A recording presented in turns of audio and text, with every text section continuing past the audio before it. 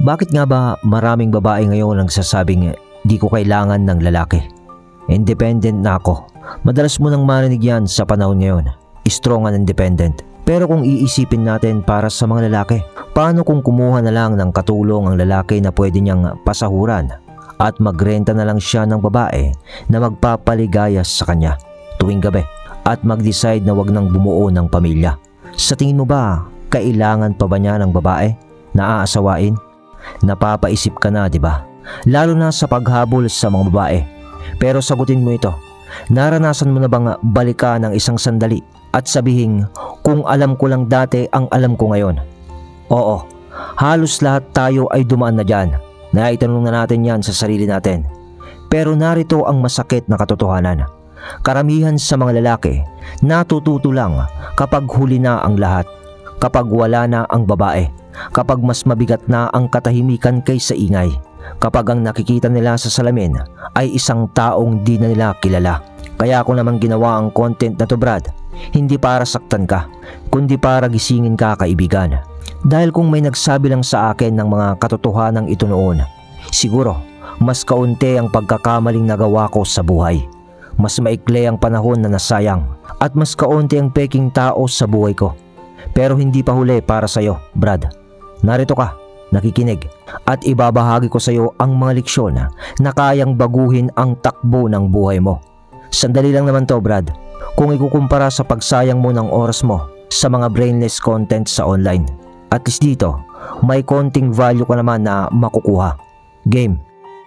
Lesson 1. Ang paghabol sa babae ay hindi kailanman makakapagbigay ng fulfillment sa'yo. Tigilan mo na ang paghabol sa babae, kaibigan, at unahin mong buuin ang sarili mo.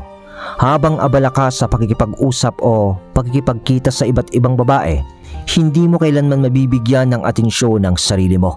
Kapag inilaan mo ang focus mo sa mas mahalagang bagay, kusa nang darating ang tamang tao sa buhay mo o isang babae. Narito ang totoo. Ang paghabol sa babae ay hindi sagot sa kahungkagan sa loob mo. Oo, masarap sa pakiramdam ang atensyon, ang kilig, ang validation. Pero pansamantala lamang ito. Parang droga na natatakpa ng mas malalim na problema. At kapag nawala na ang epekto, babalik ka ulit sa simula. O mas malala pa, may panahon sa buhay ng lalaki na marirealize niya, hindi mo makukuha ang gusto mo sa paghabol. Dahil ang tunay na atraksyon ay dumarating kapag nagiging tao ka na worth na habulin. Ang mga babae ay humahanga sa lalaking nirerespeto ang sarili, yung may tiwala sa sarili at hindi umaasa sa kanila para sa kaligayahan. Pero hindi naman ibig sabihin nito na hindi na mahalaga ang mga babae, pero hindi sila dapat ang maging misyon mo sa buhay. Kapag ginawa mo silang layunin ng buhay mo, mawawala ka sa direksyon ng sariling kwento ng buhay mo. Gusto mong manatili siya? Tigilan mo ang paghahabol. Magtayo ka ng buhay na napakalaga hanggang sa wala na siyang dahilan para umalis sa tabi mo. Lesson number 2. Hindi lahat ay karapat-dapat sa'yo. Hindi lahat ng tao ay dapat may access sa'yo o dapat na pinapansin mo. Maraming beses na tinuturuan tayong maging laging available, maging mabait, maging selfless. Binubuksan mo ang pinto para sa lahat. Iniisip mong ang pagiging mabait ay nakakabuti. Pero ang totoo, may mga tao na nandyan lang para ubusin ang enerhiya mo at sasamantalahin ka. May mga kaibigan o kakilala na lumalapit lang kapag may kailangan. May babae na tumatawag lang kapag hindi gumagana ang relasyon niya sa iba. Hindi ito aksidente. Plano ito. Ginagawa mo kasing sobrang dali ang paglapit sa iyo, Brad. Kaya ginagamit ka nila. Pero hindi mo naman kailangang maging masama. Kailangan mo lang ng mga boundaries. Ang pagiging unavailable paminsan-minsan ay nagpapakita ng lakas. Matutong magsabi ng hindi, Brad, para protektahan ang sarili mo at ang iyong kapayapaan. Lesson number 3. Lumayo ka sa drama. Maraming lalaki ang nauubos ang taon sa buhay. Kakapilit na patunayan ang sarili sa mga taong hindi naman karapat-dapat. Ang mahalagang matutunan mo dito ay ang kapayapaan at ang pagiging kalmado ang tunay na lakas. Kapag natutunan mong piliin kung kanino mo ibibigay ang oras mo, Titigil ka ng habulin ang atensyon at magsisimula kang makakuha ng respeto. Hindi mo kailangang panatilihin ang mga tao sa buhay mo dahil lang sa matagal na kayong magkakilala. Kung ang presensya nila ay nagpapabigat sa isip mo, nagpapapagod sa kaluluwa mo, o nagpapagulo sa kapayapaan mo, dapat mo silang bitawan. Hindi ito pagiging masama, ito ay pagiging matalino, kaibigan. Ang enerhiya mo ay parang pera. Dapat ine-invest mo ito sa mga tamang bagay lamang. Kung lagi kang nauubos sa pagsubok na ayusin o patunayan ang sarili mo sa mga taong hindi naman nakikita ang halaga mo, paano mo mabubuo ang buhay na gusto mo? Kaya tandaan mo ito, protektahan mo ang enerhiya mo na parang nakasalalay dito ang buhay mo. Dahil ang totoo naman ay nakasalalay talaga ang buhay mo. Hindi ka isang bangkang pang-rescue, kaibigan. Isa kang parola na matatag at nagbibigay liwanag. Hindi hinahabol ang alon. Lesson number 4. Walang utang sa iyo ang mundo. Masakit pero totoo. Walang sino man ang may obligasyon na iligtas ka o bigyan ka ng kahit ano. Kahit ikaw pa ang pinakamabait, pinakamasipag at pinakamatapat na tao, maaari ka pa ring baliwalain o lokohin. Hindi dahil sa sirang-sira na ang mundo, kundi dahil ang buhay ay hindi nagbibigay ng gantimpala base sa sipag mo lamang. Maraming lalaki ang nauubos ang oras sa kakahintay, hinihintay ang pagkilala, ang babaeng makakapag-appreciate sa kanila, ang promosyon o ang fairness ng buhay. Pero ang buhay ay hindi patas. Titigil ka ng maghintay at magsisimula kang kumilos. Kapag natutunan mong walang utang sa iyo ang mundo, ikaw ang kukuha ng responsibilidad sa sarili mong buhay. Titigil kang magreklamo, titigil kang magtanim ng galit sa iba, at magsisimula kang magtayo ng sarili mong tagumpay. Ang taong umaasa na magiging patas ang lahat ay laging bitter. Pero ang taong alam na walang kasiguraduhan sa buhay, siya ang nagiging malakas at malinaw ang layunin. Tandaan, hindi mo kontrolado ang lahat ng mangyayari sa iyo, pero kontrolado mo kung paano ka tutugon dito. Kapag natutunan mong bitawan ang expectation, doon mo mararamdaman ang tunay na kalayaan. Hindi ka bibigyan ng buhay ng fairness o patas na laban, pero binibigyan ka nito ng kapangyarihan na pumili kung paano ka haharap sa kahit anong sitwasyon, at doon nakasalalay ang tunay na lakas. Sa lesson number 5 tayo. Mas mahalaga ang kapayapaan kaysa sa atensyon ng iba. Kapag bata ka pa, parang hangin ang atensyon. Hanap mo ang likes, papuri at mga flirty na mensahe. Gusto mong mapansin, mahalin at gustuhin ng iba. Pero eto ang katotohanan, mura lang ang atensyon, pero walang katumbas ang kapayapaan. Ang maling atensyon ay pwedeng sirain ang isip mo. Yung babaeng pabago-bago ang ugali. Oo, binibigyan kanya ng atensyon, pero lason lang ito. Yung kaibigan na andyan lang kapag may kailangan siya, hindi siya tunay na sumusuporta sa'yo.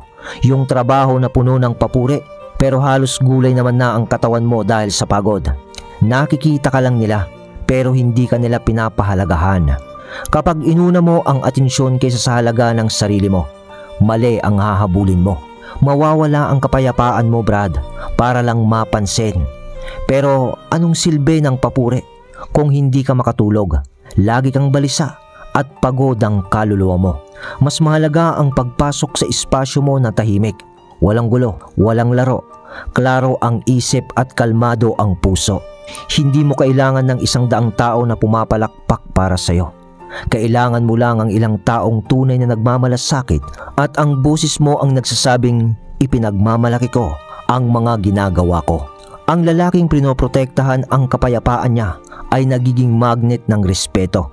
Hindi dahil maingay siya, kundi dahil kalmado siya. Kapag natutunan mo ito, hindi mo na hahabulin ang atensyon. Ito na ang hahabol sa'yo. Sa lesson number 6, ang pagtatago ng katotohanan ay laging babalik sa'yo.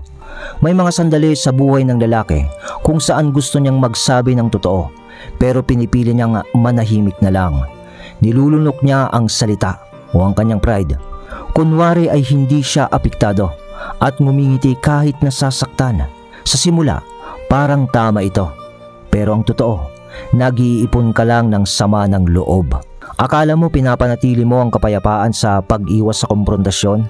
Pero ang totoo ay nagtatanim ka ng galit na lalaki at sasabog yan balang araw.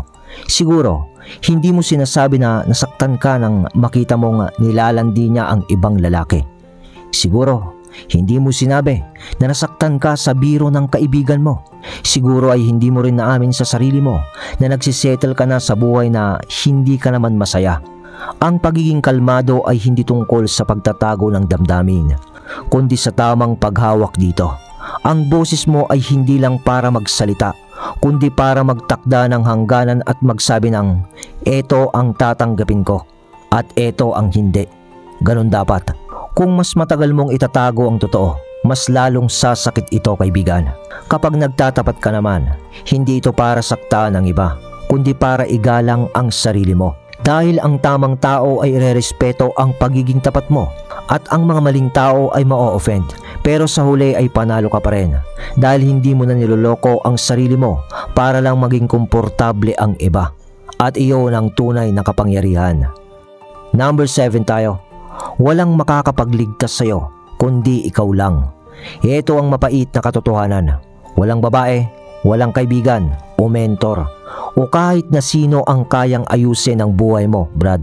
Maaring suportahan ka nila, gabayan at palakasin ang loob mo.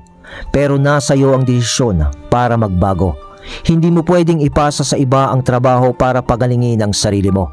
Hindi mo rin pwedeng asahan na mamahalin ka ng iba kung ikaw mismo ay galit sa sarili mo. Kapag natanggap mo ito at kumilos ka, mararamdaman mong hindi mo kailangan ng tagapagligtas. Kailangan mo ng disiplina, tapang at consistency. Tigilan mo na ang pagtakbo mula sa sakit na nararamdaman mo. Harapin mo ito. Tigilan ang pagbibigay ng dahilan. Magsimula kang bumuo ng mabubuting gawi. Tigilan mo ang paninisi sa iba. Simulan mong akuin ang buong responsibilidad sa buhay mo. Kapag natutunan mong iligtas ang sarili mo, hindi ka na magiging bitter. Magiging matatag ka dahil alam mong kaya mong magtagumpay nang walang tulong o validation sa iba. Ikaw ang problema at ikaw rin ang solusyon. Hindi ito sumpa, kundi kalayaan. Lesson number 8. Ang babaeng gusto mo ay salamin, hindi tagapagligtas. Huwag mong isipin na ang babaeng pinapangarap mo ang magpupuno ng kakulangan sa sarili mo. Dahil hindi niya kayang burahin ang pagdududa, lungkot at kahihiyan mo. Ang babaeng gusto mo ay refleksyon ng estado mo sa buhay. Kung buo ka, maaakit mo ang buo rin. Kung sugatan ka naman, kaguluhan lang ang dadalhin niya. Ang mali kasi ng karamihan, ginagawa nilang premyo ang babae. Iniikot nila ang kumpiyansa nila sa reaksyon nito. Pero ang babaeng may halaga ay hindi naaakit sa pangangailangan. Ang respeto at paghanga ay nakukuha sa pagiging tao na may direksyon at disiplina. Kapag naging lalaki ka na hindi umaasa sa validation ng iba, titigil kang magtanong kung gusto ka ba niya. Sa halip ay tatanungin mo kung karapat-dapat ba siyang tumayo sa tabi mo. Hindi babae ang destinasyon dahil ikaw iyon. Kung natamaan ka sa mga aral na ito, kaibigan, ibig sabihin, buhay ka pa at may oras ka pang magbago. Huwag ka lang manood at makinig. Kumilos ka na. Piliin mo ang mga layunin mo sa buhay kaysa sa sakit at paglago kaysa sa laro. Tandaan, hindi ka nag-iisa at kaya mong buuin ang mas magandang bersyon ng sarili mo, kaibigan.